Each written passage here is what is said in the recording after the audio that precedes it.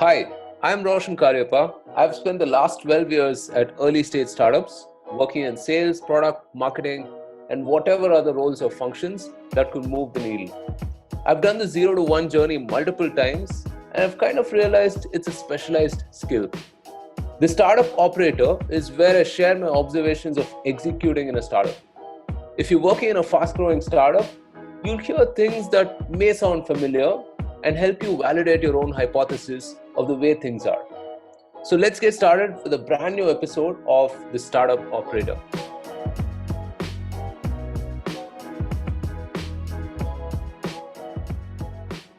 In today's episode, I want to talk about managing ambiguity and how that's perhaps the greatest predictor of success at a startup.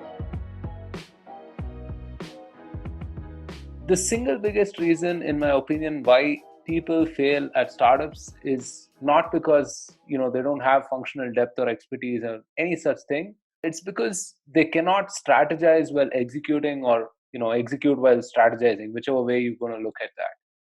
People tend to bias one way or another. They're comfortable with either doing all of the strategic stuff, putting the processes in place, or they would like a standard operating procedure that they could just execute blindly.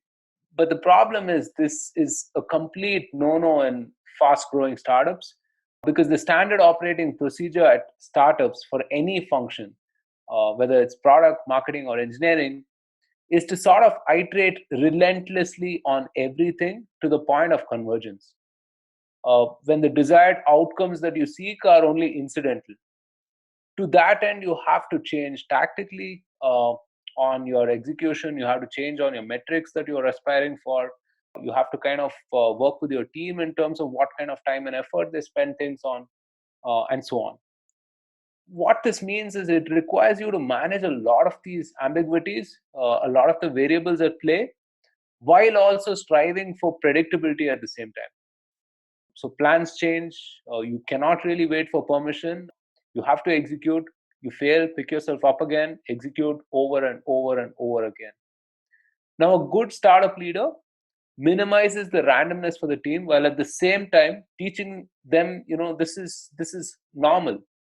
This is how things are, and the randomness is inherent in the system. It's not easy, and I don't believe that it's something that can be taught to everybody. It's something that comes with experience. So if you want to hire a leader for your startup,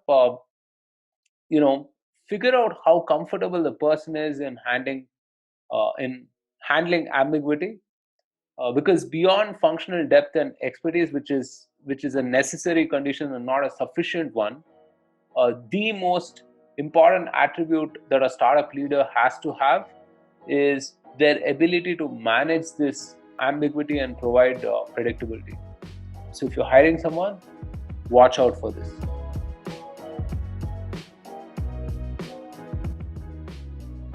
If you like bite-sized wisdom about operating at startups, subscribe to the Startup Operator and share it with other operators you know. The podcast is available on all popular platforms like Anchor, Spotify, Google Podcasts, and Apple Podcasts. Until next time, put your head down and execute hard. Cheers.